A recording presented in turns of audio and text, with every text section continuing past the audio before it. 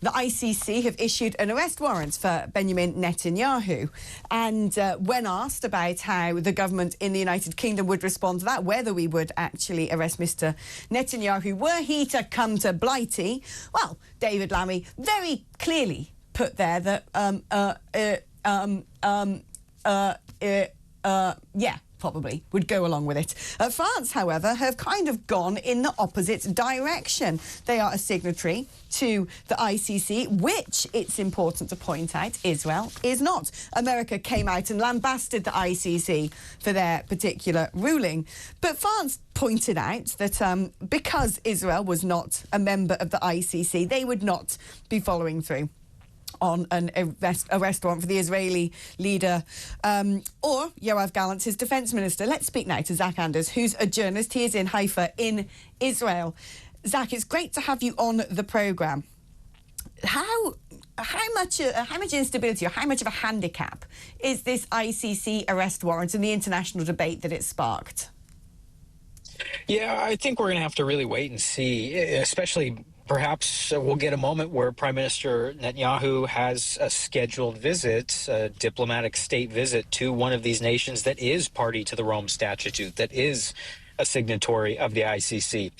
Now, we've already got some precedent here because Vladimir Putin has an ICC arrest warrant, and he's traveled over the course of the Ukraine war to a nation that is also party to the Rome Statute and is bound by that statute to arrest him on the spot and send him to The Hague. That didn't happen.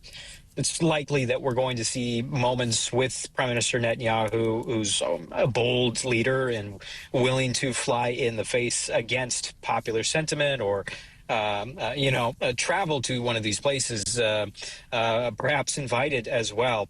And he said very clearly over the course of this week, while there's been so much chaos happening here and a ceasefire, that the ICC has no standing, that Israel, as you mentioned, not a party to the Rome Statute, does not a signatory here. So he's saying that not only are these baseless warrants that are not founded in reality, as he's saying, that no matter what, it will have no implication on his conduct or how Israel is conducting the rest of this war in Gaza.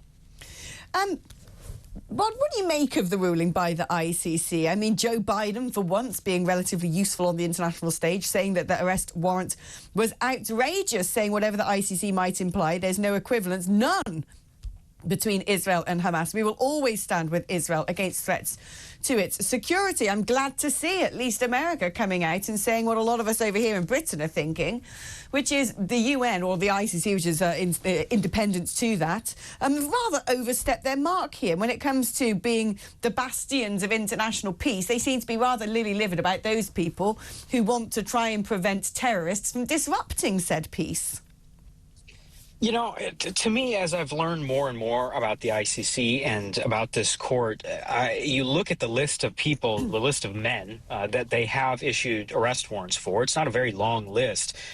But some of modern history, or at least history of the last 20 years, some of the worst people you can think of: Joseph Kony, Vladimir Putin, Muammar Gaddafi, are those men that were sought for arrest warrants. They've met their demises, some of them at least, in different ways. But there's also some notable people that aren't on that list. Bashar al-Assad, he's used chemical weapons against his own people, and that's proven.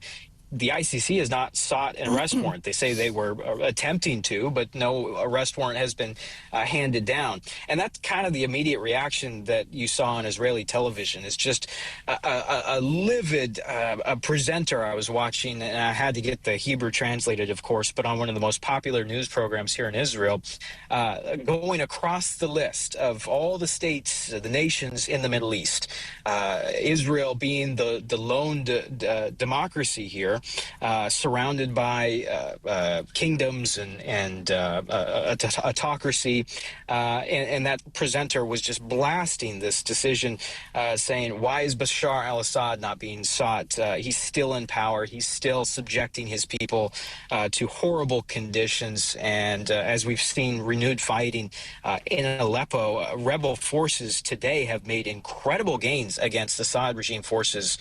Some really interesting things are happening in Syria right now, and it all kind of ties together.